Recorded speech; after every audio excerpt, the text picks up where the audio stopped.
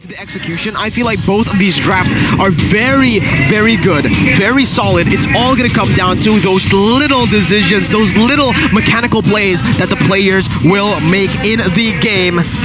Rashi picks before we jump in. I think Aura has the advantage when it comes to range, and they have more options to play around with. They can split push, they're more flexible, they can go for the dives, they can go for the kite back. So I think Aura will have this one in the bag. Ladies and gentlemen, the decider, 1-1. We're back to a best of one into the Land of Dawn. Let's see, is it Aura or is it Bigatron Alpha? Tell your opinions in the chat right now. That definitely is going to be the million-dollar question here. Bigatron Alpha, they've opted with the fact that they cannot rely on Ki so much because the dynamic issue because of the Grok is that it's such a one-hit wonder. If he can't land the ultimate, it's very difficult for them to be able to, initiate anything onto Aura Fire, but already Ki feeling a lot of pressure as well as aggression here, but he might be punished for it. Flicker early on. He actually got the small minion, and that actually enabled Karina to get a clear onto the purple buff. He's going onto the Lethal Wanderer. Max, however, wasn't really able to steal that much. He only stole one teddy bear, and he didn't go for the orange buff. He instead goes for the Lethal Wanderer, and he's going to get punished by Kabuki. Facehugger picks up the first blood, presented to you by the Samsung Galaxy A series. I don't know, I feel like Max should have just gone over to the enemy jungle, taken that orange buff, and be done with it. Yeah, I think, again, fighting early game when you have less setup, it's just so dangerous right now as Ki gets taken very low, and that will be Godita picking up a kill. Aura Fire in the early game, absolutely ruthless. Oh, they're not stopping there. Going on to Max again. Retry battle. Here we go. It's High wins it, but it's going to be the knockup coming in from the breath of the ocean. Godiva has the oddity. He can't just use it to get out. He's not even using it here. He's waiting for the last second for the passive to get that HP back. Facehugger taking low. Max going for the damage. The wall will not have an impact. Facehugger can go through it. Man, they get really aggressive and they don't pay a single price there from the side of Aura Fire. And this is looking a little deja vu to game number 1 where Max was denied anything in the jungle, and that's exactly what they're trying to replicate here. And you can see that even Matt has been pressured in that bottom lane. And talking about the setup differential, Aura Fire has 2 Petrifies in addition to their already superior setup. So they can just be a lot more aggressive, and Bigatron, they're on reactive mode, and we've seen how that works out against Aura Fire. So either they have figured something out, or maybe they'll go for Godiva and rush him down instead. 1 HP.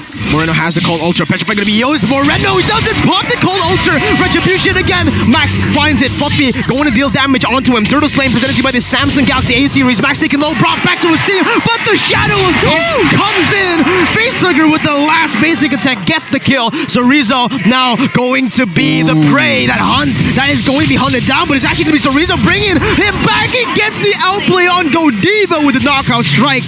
In BTR, they find a trade, an objective, and a kill. Brilliant outplay there by Sorizo in that top lane. He knows exactly how Godiva works and was able to actually deny that kill away from them. But when we take a look at the emblems, does anything stick out to you, Rush? Well, Max on the tank Karina with a Demon Slayer will be attempting to get those neutral objectives, but it's only a matter of time. Once the power spikes come in from the side of Aura Fire, they will, again, go with the usual pattern of just winning in the fights first, deleting Max before the fight even begins, and then going for the objective afterwards, because he is now 0-2. Fun fact though, Eterna and Arashi. Wait a minute though, Ki. Yeah, that's not going to be a kill. Godiva still has the rough waves, but this is the first time we'll see a unique hero. Wait a minute, what's going on? I don't have a chance to talk about the other aspects of this game because they just keep on going for fights. But alright, here. Sorizo has only played 2 heroes in MPL. This is the first time he's playing a hero that's not Uranus, that's not Esmeralda. Ooh. So he will lack in the experience department, but so far he's been having a great time here, although Fluffy has been a lot more dynamic and a lot more proactive in roaming around, being a nuisance to the rest of Bigatron as Sorizo gets bursted down, but High will actually hold his own, and I think Sorizo's stuck here. He might get taken out. Yeah, Fluffy jumps in with the Electro Final Blow. Sorizo almost finding that kill there, but meanwhile on the bottom side, my goodness, the combo of the rough waves and Kabuki Snipe finding the kill, and it's Aura who are leading very similarly to game 1.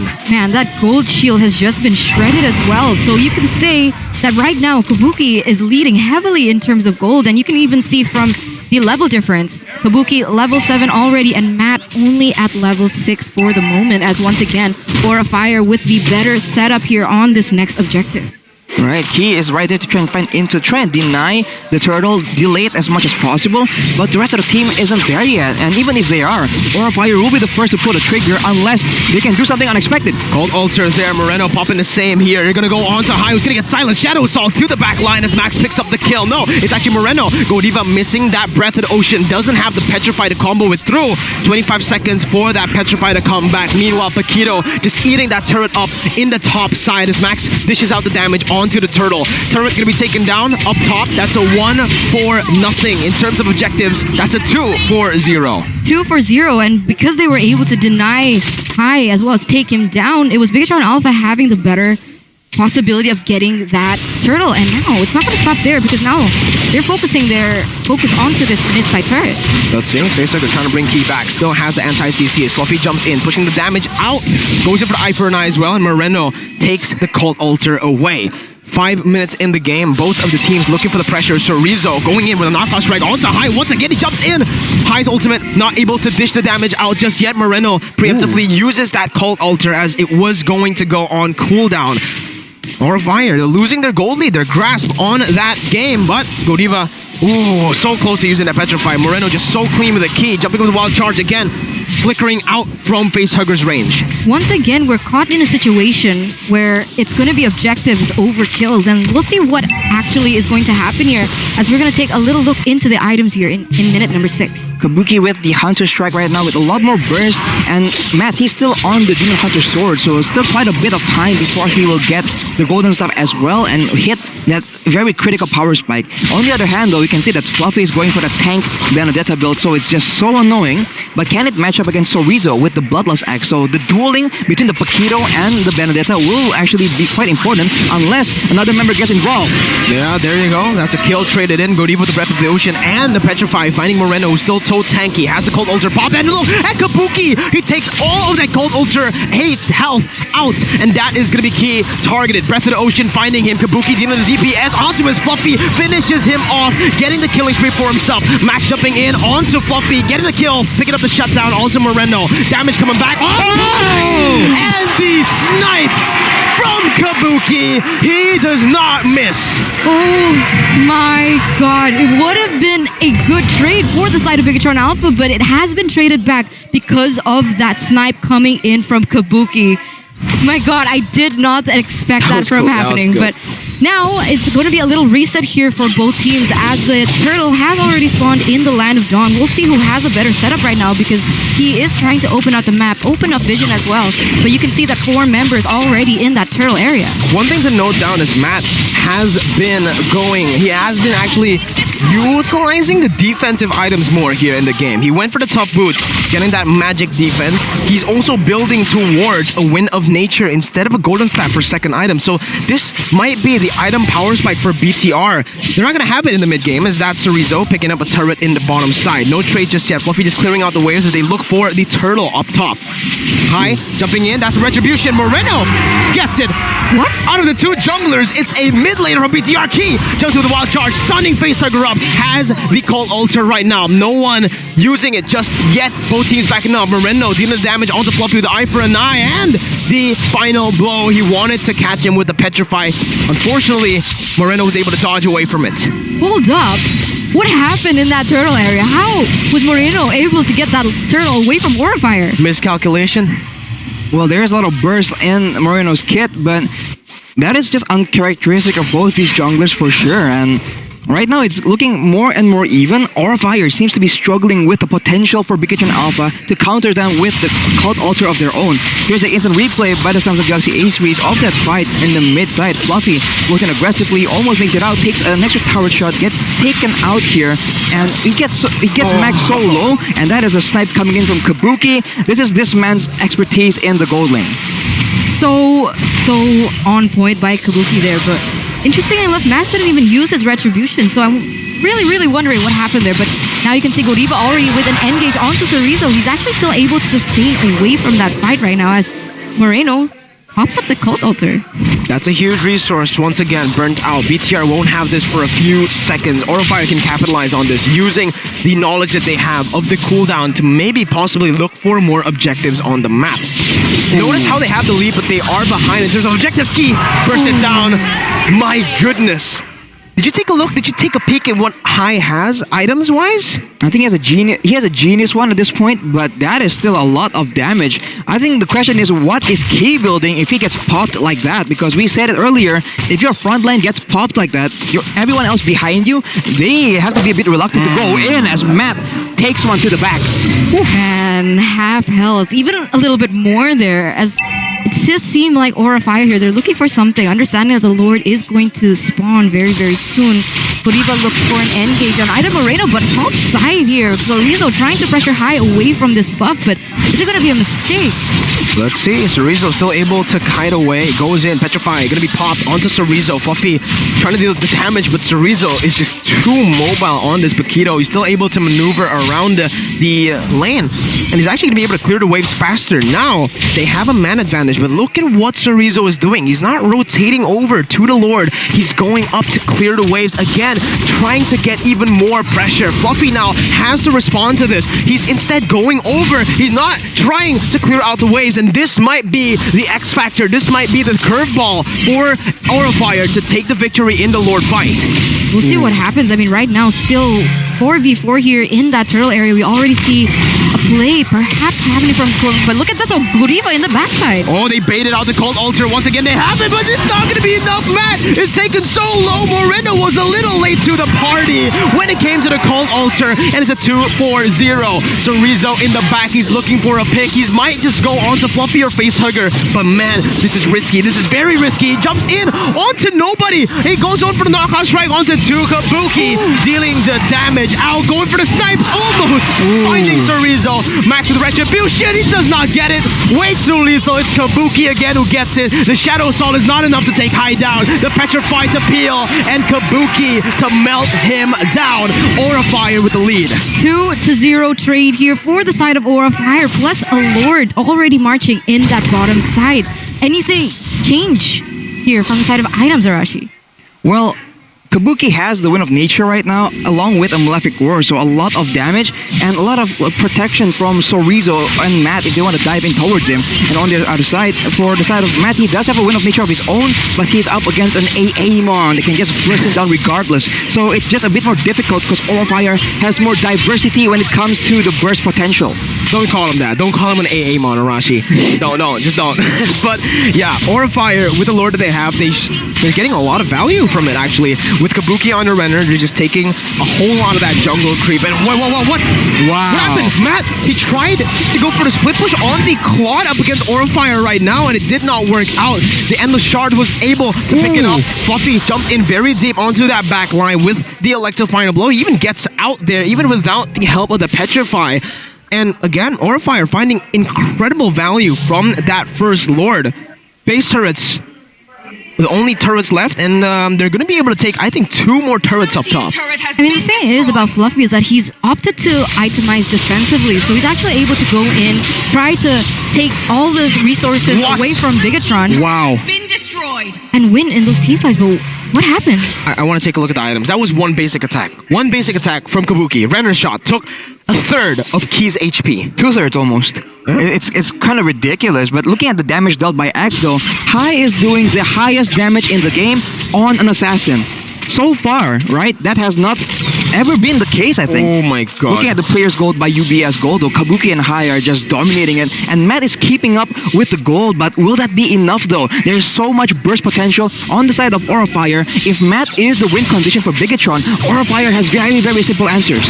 They need a big moment now for the side of Bigatron Alpha. They need to be able to make Matt catch up, be able to use that Blazing Duet towards that backline, take away Kabuki, but that's so much easier said than done. And to answer your question here, you can see the items from the Beatrix.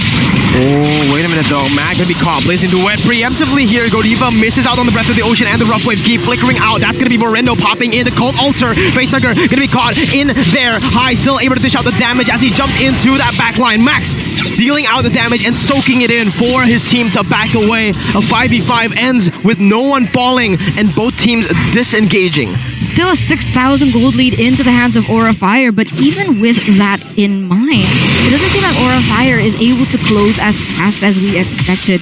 Now the Lord is already in the Land of Dawn, and we'll see who has the better end gauge as well as setup. Are they going to be using this to bait out Bigatron, take away those important heroes, or will Aura Fire be able to just take it, snatch it away from Bigatron Alpha? I think the Cold Altar from Bigatron is just delaying the potential for Aura Fire to just take over the game, because they can just die towards the back line, but when they strike back with crowd control of their own, with their own Cold Altar, it just makes everything a bit more random, and it's just less calculated the way Aura Fire wants it to be. So I think they have to try and play around that, as Fluffy here just zones as much as possible. But look at the damage!